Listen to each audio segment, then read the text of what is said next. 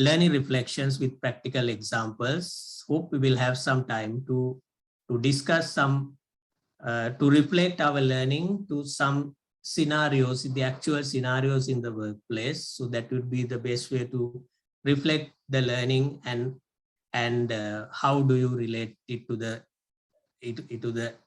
actual workplace. Next slide.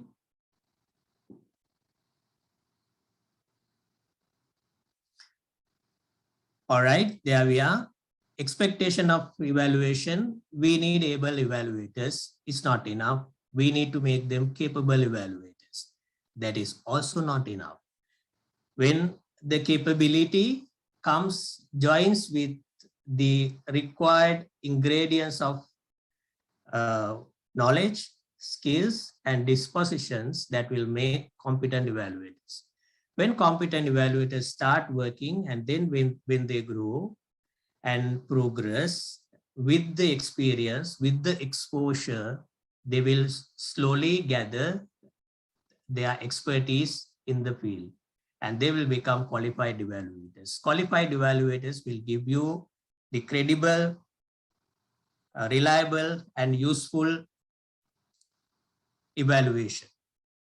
And when the evaluations are credible, reliable, and useful, they will have much more chance to be considered as quality evaluations. So quality evaluation will always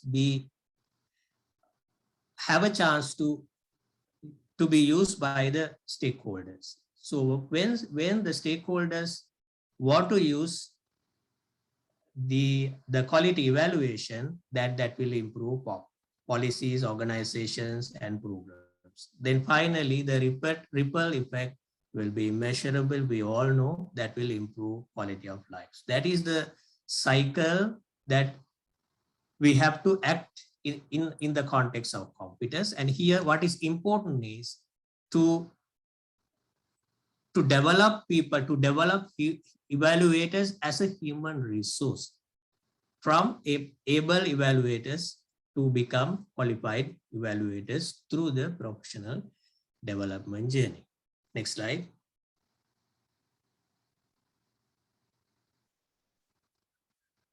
So competency framework in a nutshell. So this is the work in a nutshell that we have done. We have 6 competencies. We have professional practice, we have technical competence, we have contextual analysis, we have program management, we have interpersonal competence, and then personal and professional development.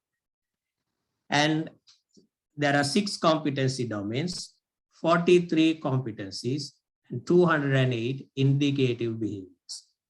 So the topic for today is technical competence. You can see under technical competence, we will be talking about 10 competencies, and under those 10 competencies, 42 indicative behaviors. So indicative behaviors, the most important aspect is the competence, but indicative behaviors can be little bit, it can be sometimes you will see, okay, I don't have this behavior in me, or I have little practice on this in this behavior. No issue. It doesn't mean that we don't have the competence, but it is important to know, to have the full coverage of the competence in terms of indicative behaviors. Next slide, Hasiti. Okay, so technical competence is essential technical competencies to demonstrate the highest level of technical know-how needed for successful performance in the evaluation practice. So here we are talking about the technical know-how part. And on your right side, you can see the background, the competency areas. We can see the background, purpose, and goal. And we will talk about program evaluability, and we'll talk about program theory, evaluation topics and questions, evaluation design, evaluation methodology, data collection and tools, data analysis, And then we will also talk about evaluation reporting. Next slide.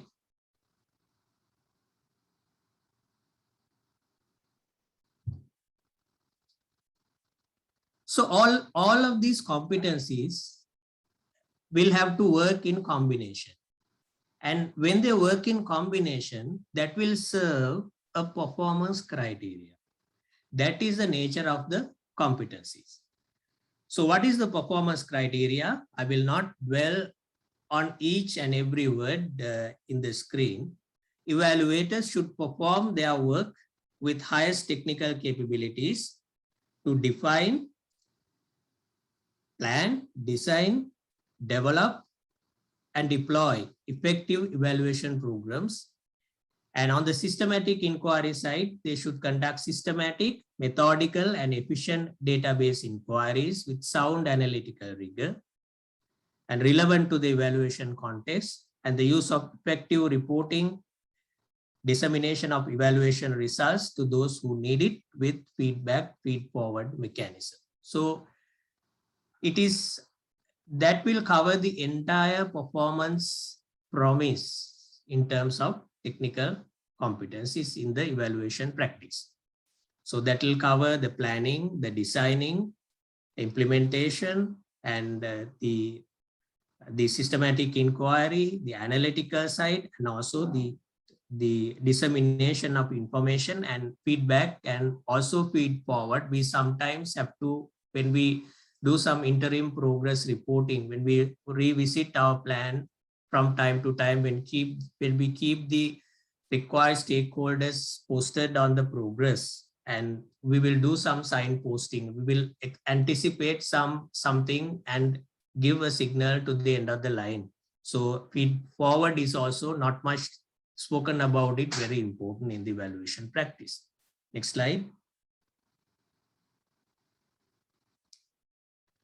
Now, when I explain the competencies and indicative behaviors, you will say, okay, that is perfect. What we have expect is good and good coverage. But is there a place in the world that we can apply with the competencies as is without any trouble, without any, even a wee bit of an issue? I would say it's not the reality. So ladies and gentlemen, we have work conditions. Conditions are very tough today. And also we have challenges. So challenges are pressing. So let's look at some of the work conditions and challenges. This is not an indicative list, exhaustive list, only an indicative list. So evaluators with previous experience in conducting evaluations are considered more for evaluation assignments. So always the evaluators with previous experience get the priority and they get the evaluation opportunity. So that means the challenge for the newcomers to get experience. And international evaluators are considered as better technical experts. That is the consideration most of the time. And in a way, indirectly, that is devaluing local expertise. That should not happen. And limited time for an evaluation exercise, example, sometimes 2 weeks, 3 weeks, 1 month, that affects the depth and the breadth of the evaluation and overall quality of the evaluation exercise. And the terms of reference not clear enough, no clarity sometimes, lack of clarity on the assignment. And we know when every evaluation, each evaluation to be planned and TOR drawn up to explain, to define the purpose and scope of the evaluation, including the identification of recipients of findings, and describe methods used during the evaluation, identify standards, again, which the program performance is assessed, and determine the resources and time required to complete the evaluation, and so on and so forth. So it should be very clear. Evaluation methodology proposed by commissioners sometimes, and that will give the evaluator less opportunity and have not a lot of say in designing the evaluation methodology. And lack of knowledge on thematic areas such as health, gender, HIV, and age. There are many areas, you name it, lot of areas. And sometimes you may lack in knowledge in those areas. Next slide.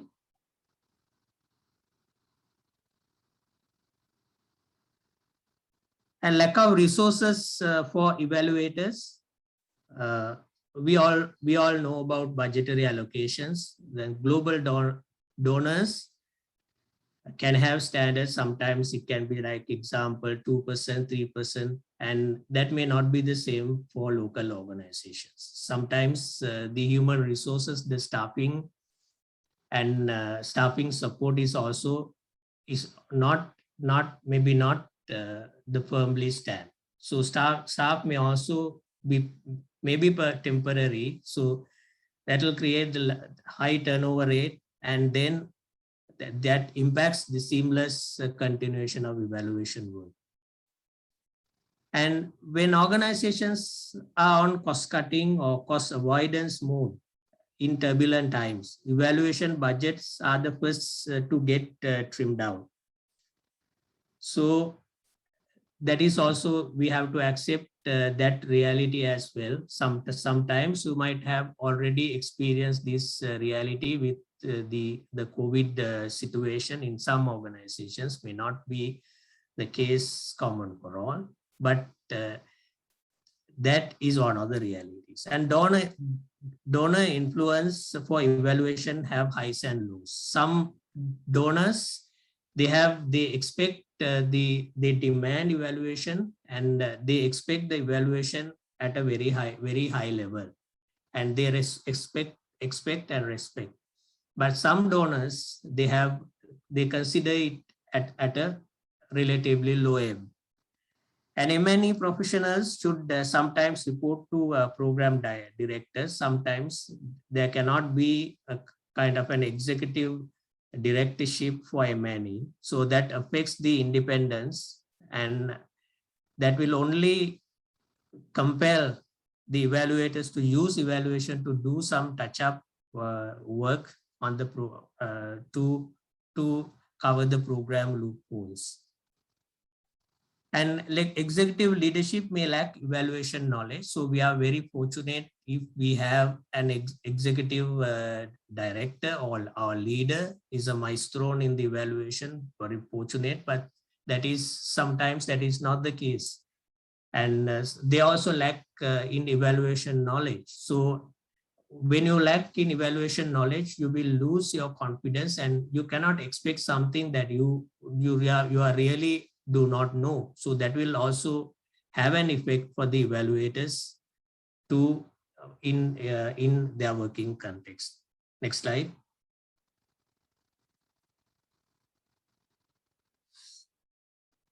All right, so let's move on to the competencies with indicative behaviors. So what you are seeing on your screen in bold letters, that is the competency. And then you are on your right side, you see the indicative behavior. So first one is, we talk about background, purpose, and I must say all these things you know very well.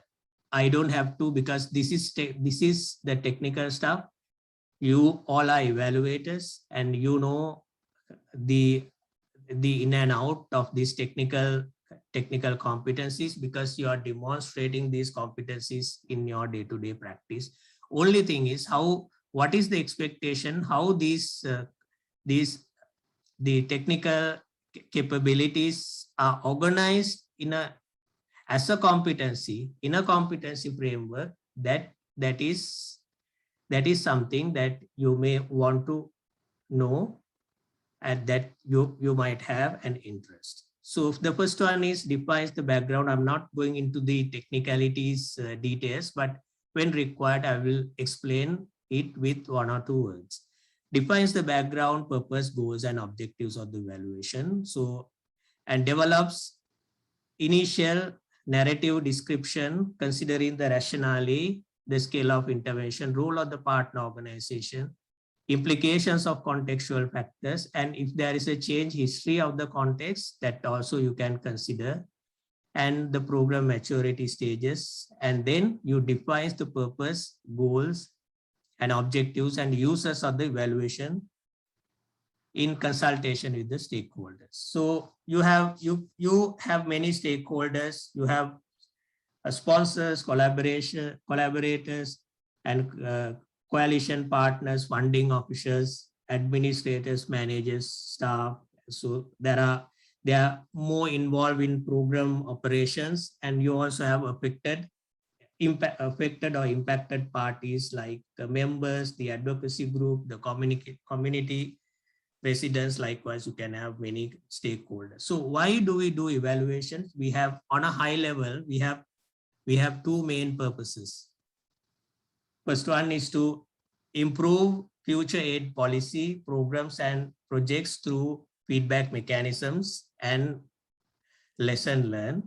And then you provide a basis for accountability, including the provision of information to the public. Now, here we all know when we say accountability, it's not the usual accountability that we talk about, that is held by the legal or the financial authorities. That is, the accountability notion here is for development results and impact of development assistance, not the other accountability. So that is why we do evaluations. That is broader level, high level. And then we all know we have to have the purpose for the evaluation for the program.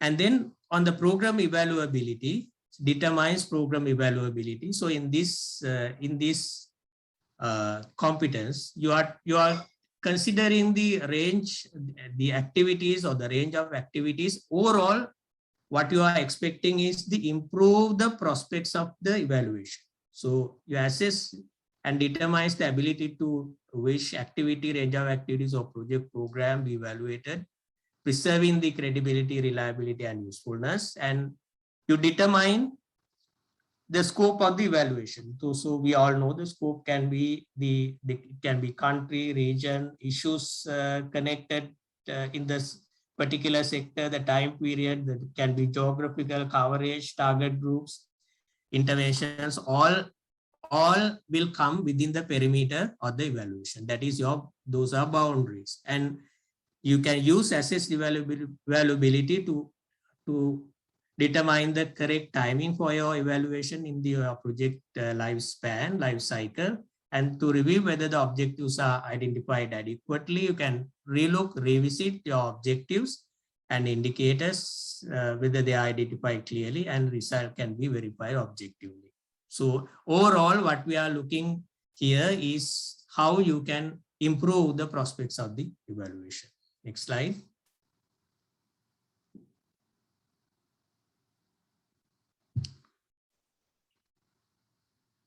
Okay, program theory.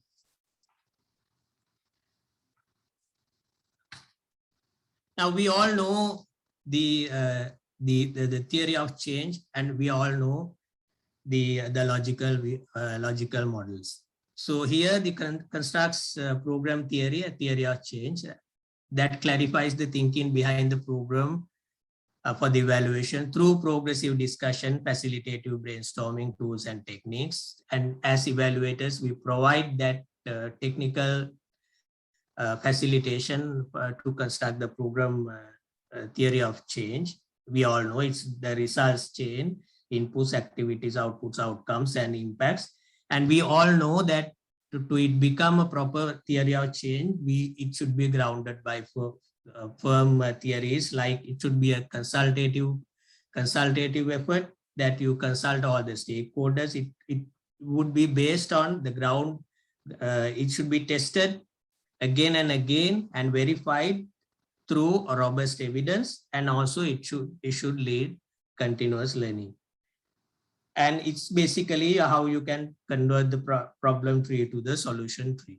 So identifies any underpinning theories connected with the policy and program, and identifies various components and attributes of theory of change, and facilitates progressive discussions to crystallize the thought process, and if required, develop the logical model for complex programs, and identifies all stakeholders and external and internal factors which are influential and have potential. We all do this when we construct the theory of change. That will have an impact on expected program results. And you also can use retrospective learning. That is the information derived from similar evaluation programs conducted before. And we can use, there are a lot of similarities between program theory and also the logical model. There are differences also, and you can choose whatever applicable to the context. Next slide.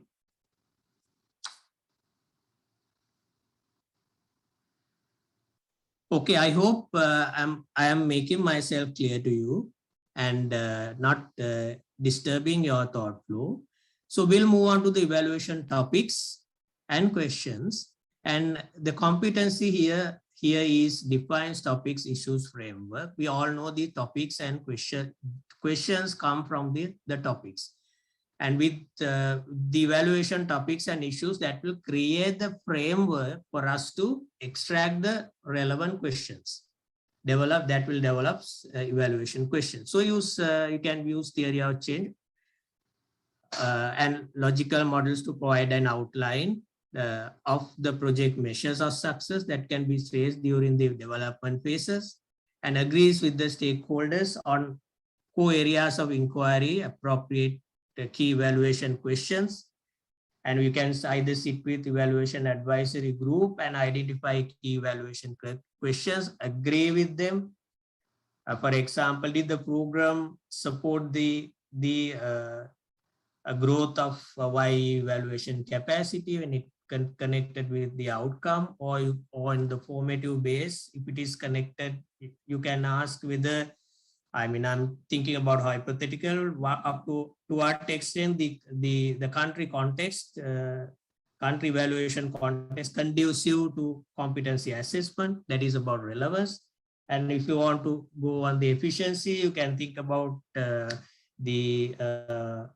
what aspect of APPEA competency assessment application review process are not operating efficiently. Likewise, we refer, when it comes to the standard, we usually respect the standards of OEDC DACT evaluation standards, the 6 criteria, and we use these issues topics as a managerial framework to establish alignment between evaluation questions and program goal.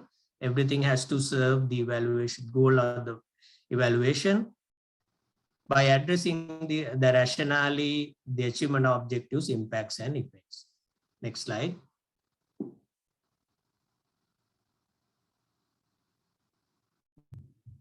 Okay, now here we talk about evaluation design and also evaluation methodology. The competency here we are talking about is develops and decide evaluation design. So recommends overall evaluation design based on a criterion of the context, program theory, the primary purpose, key evaluative questions that we have already agreed upon, resource availability, funders, evaluation requirements, cost effectiveness, and ethical consideration, etc., etc. Then outlines the strengths and areas for improvement of the recommended design, can be process, can be outcome, and makes them available for review by relevant stakeholders. And finally, you have to ensure agreement is obtained with the stakeholders for evaluation design and also the methodology. So design wise, there are a lot of theories, designs that you can use. You can go for experimental design, the random assignment. There we all know that we are comparing two groups. One group receives the intervention, the other groups does not receive the intervention. You can test it out, but in its random nature, any group in the population has an equal chance to get selected. So quasi-experimental design, that is, you consider a sample and then you populate it to the entire population. So for example, you look at the statewide the evaluation, and you design in on the statewide, but you want to magnify it to the magnitude of the country level. So that is also a good way. If you have the ingredients in the evaluation, in this evaluation project, to look at the progress side of it, to look at the scale of resources, or you can do a benchmark. And observation design, you can use time series, or you can use case studies. That is one of the methods, very common methods that we use, and it's really helpful to assessing the public health policies and capacities like those subjects. So you can choose whatever the design that is required by the evaluation context. And evaluation methodology, I will again not dwell much on that. We all know these methods, the quantitative methods, and also the qualitative methods. And the competencies deploys proper evaluation methodology. You decide and deploy, and determines the appropriate evaluation methodology, reviewing the evaluation questions, goal, interest, feasibility of use of attributes in the process, capacities and cultures of potential informants, and defines evaluation methods by using the evaluation types or combination of types and evaluation design criteria. And you can use quantitative method, you can use qualitative methods where appropriate. And if you require a range of perspectives, then sometimes it depends on the evaluation context, and it depends on your intuition, where you are actually going to use the mixed method. So often the mixed method give a wide range of perspectives that might be captured by using a single method, and ensure evaluability, understand when and how to use mixed method approach. And if you need a subject matter expert, SME, or lead subject matter expert on one of these areas, then you can choose according to the situation. Next slide, please.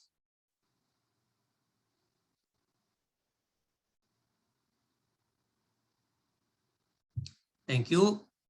And data collection and tools. The competency here is the identifies data requirements, institutional framework, collection mechanism, sources, sampling techniques, and data collection methods and tools. And I would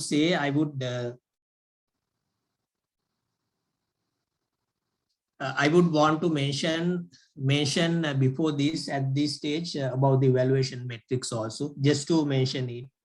Evaluation metrics is a very good organizing tool that you can use in the evaluation. You all know these with the questions, indicators, and data sources, and collection methods, and also the analysis procedures. And sometimes you also can put the collection periods, responsibility, and all that, but we prefer it to mention in more of a kind of a timeline or a Gantt chart. So evaluation metrics is also one of the important organizing tools that I should mention.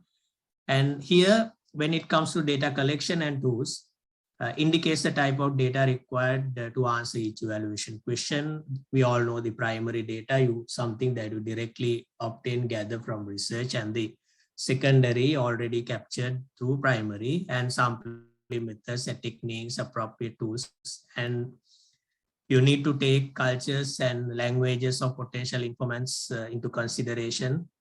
We had a discussion on this during the last webinar about the language issue. We had a good discussion. And you have to ensure the quality, the relevance, interpretability, precision, neutrality, timeliness, fairness, and accessibility of the data to be collected. And there can be also the measurement uncertainty. So the errors of uncertainty also have to be considered. And you also have to, you have in mind that what are the vital data, what are the critical data or related to critical characteristics. So that will feed the DSS or decision support system. And then they have to ensure that the clients and stakeholders understand data collection strategies, the tactics, methods, and tools that lead to credible evidence. All the effort that will make collectively to make these data collection interventions successful. Next slide.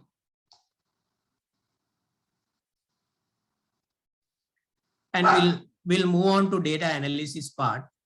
The competency here is collects, summarizes, analyzes, and interprets the data using appropriate methods and analytical tools. Again, I'm not going to discuss the analytical tools here. That distinguishes challenges and response in collecting comparable data in multinational, multi-regional, and multicultural contexts. When it comes to particularly when we are dealing with international context, so we need to be very culturally sensitive, and also the cultural intelligence matters a lot. So that we need to be sensitive to linguistically, ethnically, culturally challenging issues, and also the homogeneity of data, and collect data with culturally appropriate tools as identified in the evaluation plan, following best practices. And for qualitative data, use effective qualitative content analysis, and also for quantitative data analysis. So what I want to mention here is, as evaluators, we all need to have some understanding, basic understanding about the content analysis as a whole. So under content analysis, we talk about qualitative, quantitative content analysis and qualitative content analysis. So we all know the qualitative. We have a method to do that. We organize and we prepare and organize data, and we do review data and explore, and then we'll come up with a coding, and we look at the coding again, and then that combined to help teams. So finally, what we present is the data in teams in a cohesive manner. And quantitative content analysis, I'm sure that we all do. You all have lots of experience on that. And that is also, we organize, and we have to know what are the important variables and the measurement measures, scales. And we can use a lot of many methods that we can use. It can be cross tabulation, it can be trend analysis, it can be SWOT analysis, gap analysis.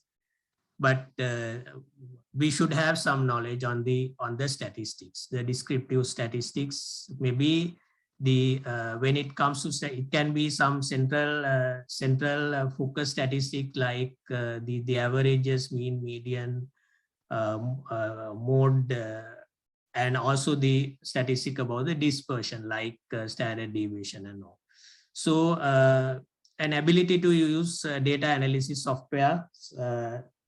We all know, we all use and know the Excel, and there are dedicated data analysis software. It can be SPSS, it can be SAS, or it can be NVivo, or it can be Minitab. That is very popular in the quality management fields, and excellent data analysis software to analyze and present data, and the suitable numerical and contextual analysis methods. So that is all about data analysis. Next slide. So we'll come to findings and recommendations. So builds and organizes evaluation findings and conclusions, and make clear, realistic, and actionable recommendations. So lays out all the findings against evaluation questions up to the maximum extent possible, and draws judgmental conclusions, keeping them distinctly separate from each other, but with a very clear logical relationship between findings and conclusions. Sometimes it cannot be an alienated conclusion. We see sometimes there is a disparity between the two, but in ideal situation, it should have perfect logical relationship. and offers recommendations combining them with evaluation findings, establishing links or sometimes record them between pieces of information, including those not related to the original evaluation. Sometimes you might have some findings that you did not anticipate in your the early evaluation design, in your early evaluation purpose and questions, but still you can annex them as a coincidental recommendation that is of great value. Then this is how you organize your findings and recommendations. Next slide. So evaluation reporting, the final competency that we talk about, under technical competence, produces well-structured, balanced, potentially useful, plausible, should be justifiable, and that should trigger evaluation, triggers actions, evaluation reports, and actions and learning. So reports information clearly, factually, concisely. We all know this stuff. In simple terms, your core message is not smudged by distractions and missed stakeholders. You can either do it, or you can either straight away report your evaluation, share your evaluation report, or you can meet the stakeholders for a preliminary briefing and of findings, and you can streamline the reporting based on their insights and inputs, so that they also may come up with some novel insights, perspectives, and they can notify strengths and limitations, and reports evaluation procedures and results in a very clear profile, and plans for systematic dissemination of results. You have to think of a plan. We all do it. How do we disseminate the evaluation results in multiple ways, ensuring improved learning, improved planning and development assistance activities, ensuring improved, because that is our ultimate objective, and communicates recommendations and also lessons learned to stay so that they are readily accessible to all stakeholders to be used for future policy and program development. And that provides the rationale for decisions throughout the evaluation. You provide the rationale for decisions throughout the evaluation reporting. So that is about evaluation reporting, and that concludes the discussion on competencies with indicative behaviors. Next slide. So competency building tips. How we talk about competency building tips for each and every domain.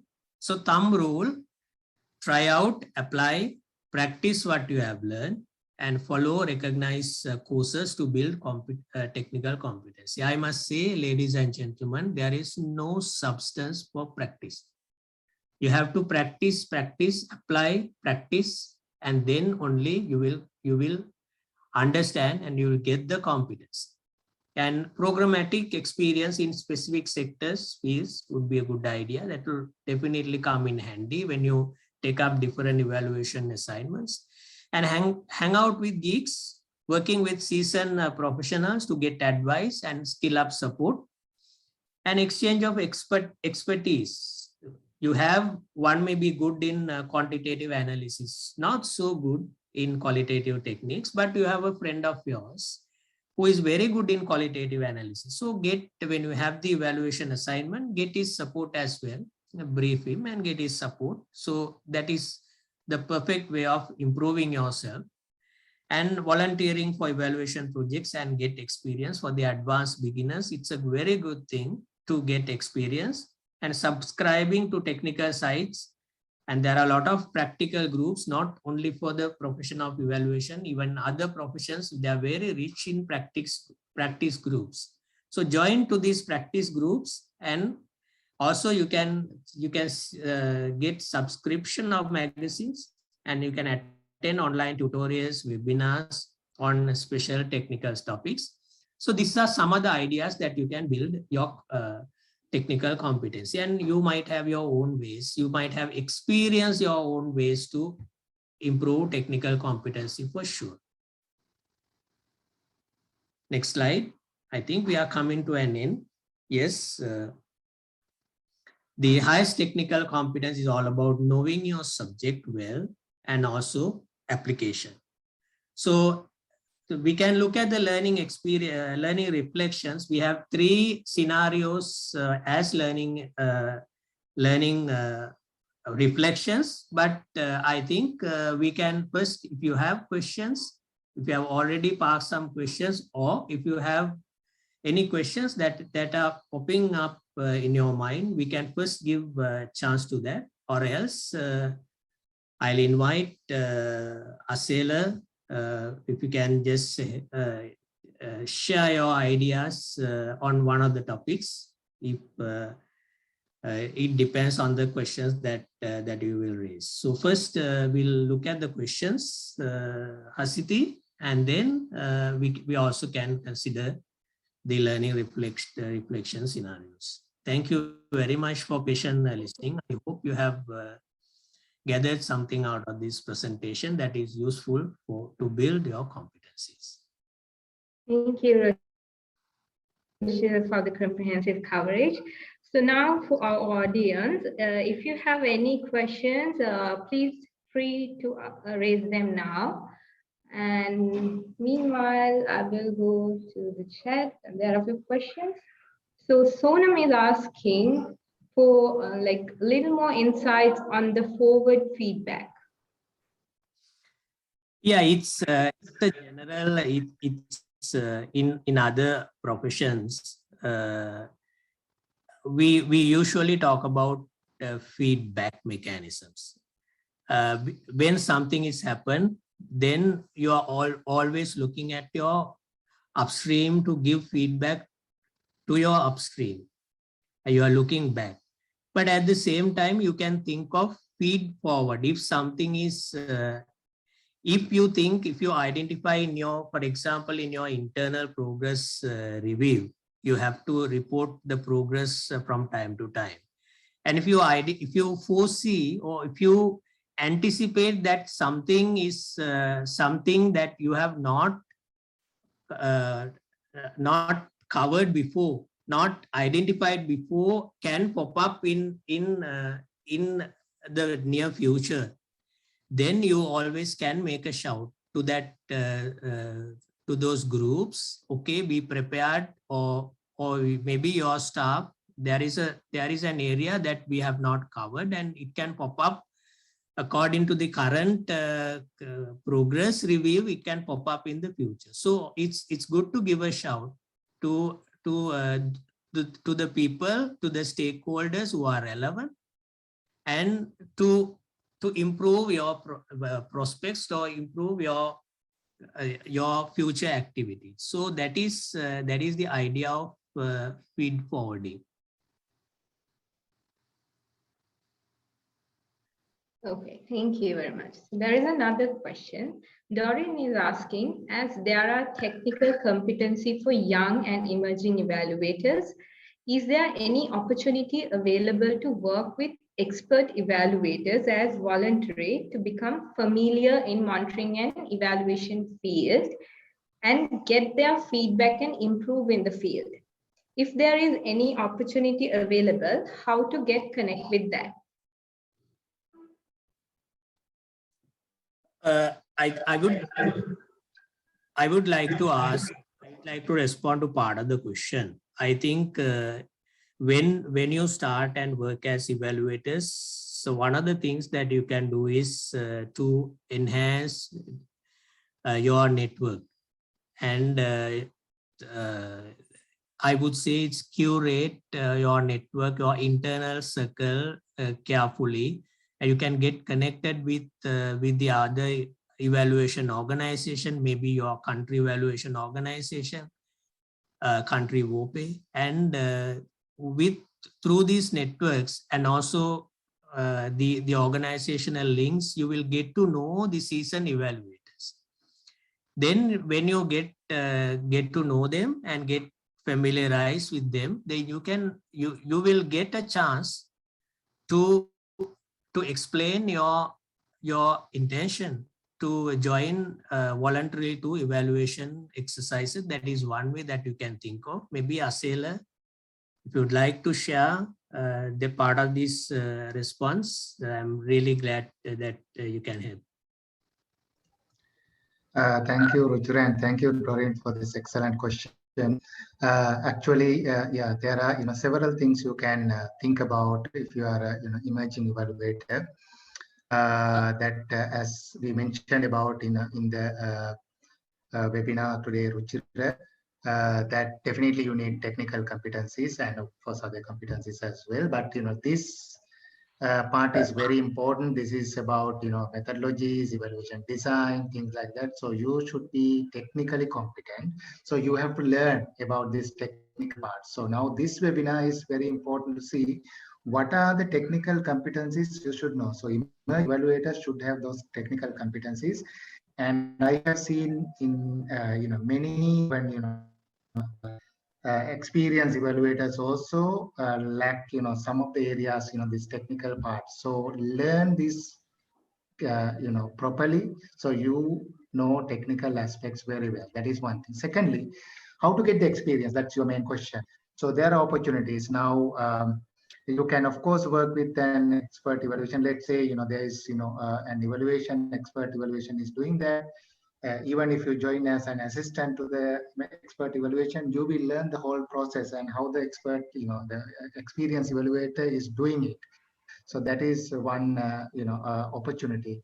And the other opportunity is now we can see a new trend that some organizations include young and emerging evaluators in the evaluation team, especially UNFPA in different countries. Even in I am from Sri Lanka. Recent evaluation they called for applications, and one team member is young and emerging evaluator. So this is a great opportunity for young and emerging evaluators to be in the teams, evaluation team, so they learn from, because there's a team, team leader and some thematic experts and young and emerging evaluator as well.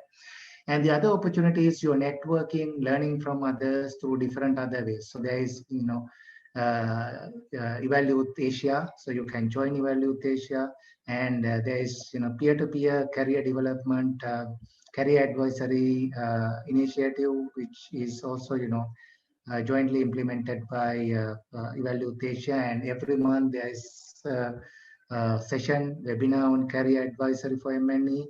And this month also there is one. So check your social media and connect with that. If you need this information, definitely you can write to APIA, the secretariat email, or even if you write to APIA president email, one of the APIA emails or IRIPE email, we will definitely direct you and give you more information. And also, I'm not sure you are from which country. Also, there are, Evaluate country chapters, of course, as it is, co-leader of Evaluate Sri Lanka. Likewise, there are, country chapters. And the other last point I want to quickly mention is we have already reached the time, that there are different evaluation listservs that Pelican, XEval, and APIA has, APIA network that includes many hundreds of people, and then AFRIA, African Evaluation Association email listserv about hundreds of people, and American Evaluation Association has a listserv. So, and European Evaluation Association. If you subscribe to these, very easy. If you subscribe to these, listservs, so people post questions, some others answer. So you learn this, and even if you have a question, you can post a question, and others will answer. So there are so many things. Very quickly, I mentioned all these. And definitely we can give you more tips in upcoming webinars, in coming months. But stay connected with us and write to us. Definitely we can help you more. Thank you very much. Thank you very much, Ruchira and Asela, for your thoughts. And given that we have already passed our scheduled time, I'm passing the floor to Jennifer Mustafa to give thank you remarks. Jennifer, the floor is yours. Thank you very much, Hasifi. I'm sorry, I dropped off at some point, so I'm just only coming on. As I listened to Ruchira's very insightful presentation. I gathered a couple of takeaways, and key among these is that competencies and the related framework are a key pillar to the professionalization journey of evaluation. I also gathered that it is a role of the individual evaluator to really master these competencies in terms of skills and practical application, and to continuously work on honing this in terms of being able to provide excellent service delivery. I also gathered that this is a journey, and in the journey there are challenges. There are challenges that include, for example, the fact that new evaluators are disadvantaged because many commissioners seem to prefer the already seasoned ones. It is also an environment where in the local national context, international evaluators are preferred, and that even the demand for the profession is still relatively low given the funding constraints. And so as we move forward, again, I gathered one of the biggest challenges for us all, for example, is to see how we can potentially support this profession to be able to be counted among the other distinguished professions that are transforming lives of citizens every day. And in closing, I also want to thank our organizers, APAIR and eRepair, for the great efforts they have made in making this webinar reality. I thank you, Ruchira, for a very insightful presentation. I thank you, Asiti, for wonderful moderation. And I'm also very grateful to our participants for joining us. And with these few remarks, I want to wish you all a good weekend. Thank you. Thank you, Jennifer. So Jennifer is a founder of Evaluation Society of Kenya and formerly Eastern Africa's regional board representative. Thanks again, Jennifer. So we apologize if we couldn't answer all of your questions, but of course you can join to our next webinar and present it to our speakers. Keep in touch with us. And few reminders before you leave. The next webinar will be on contextual analysis, and I invite you all to join with us and expand your knowledge on this. We will be sharing the webinar recording with you. If you have registered with us, you will receive this via email. If you have not registered yet, don't worry about that. You can register on